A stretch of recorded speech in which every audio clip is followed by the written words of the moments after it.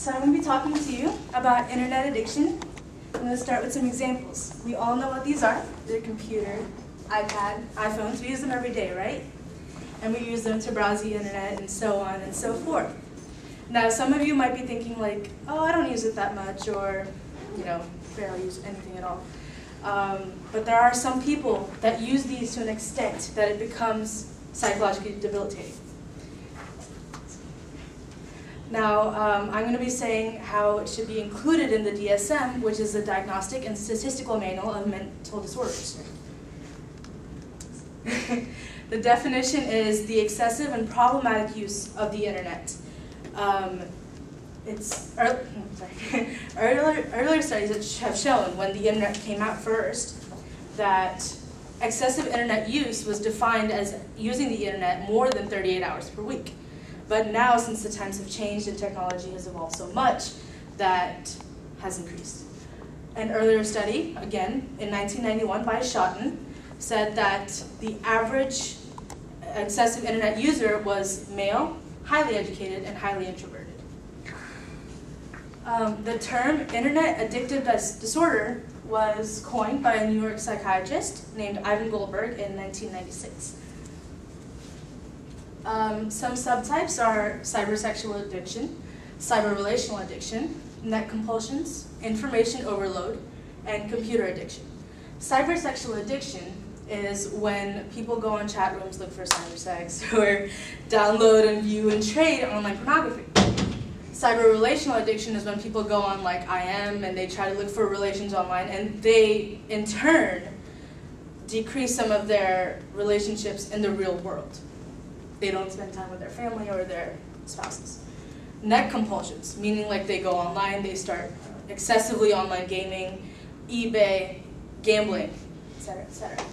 Information overload. Many people would not think of this as an addiction, but there are people that are addicted to excessive web searching and looking at online databases.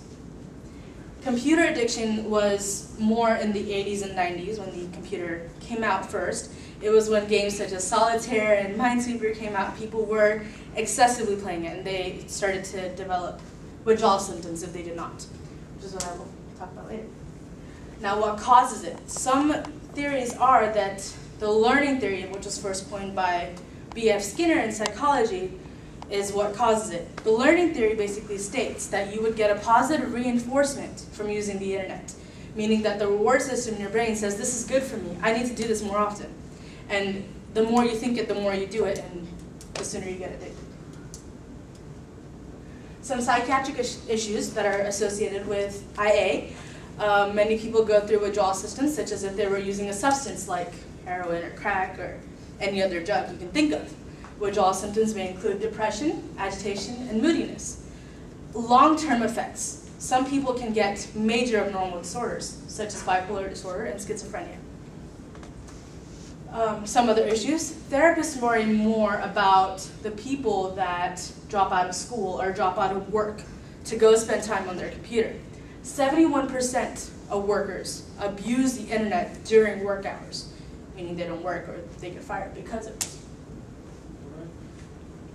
Why it should be included in the DSM?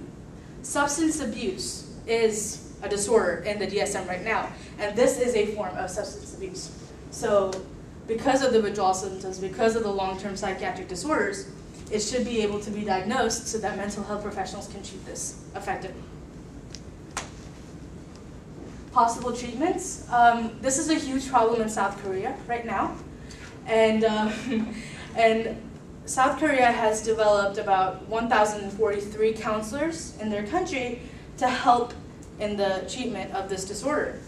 And they have made about 190 treatment centers to help treat. And that's about it. Thank you.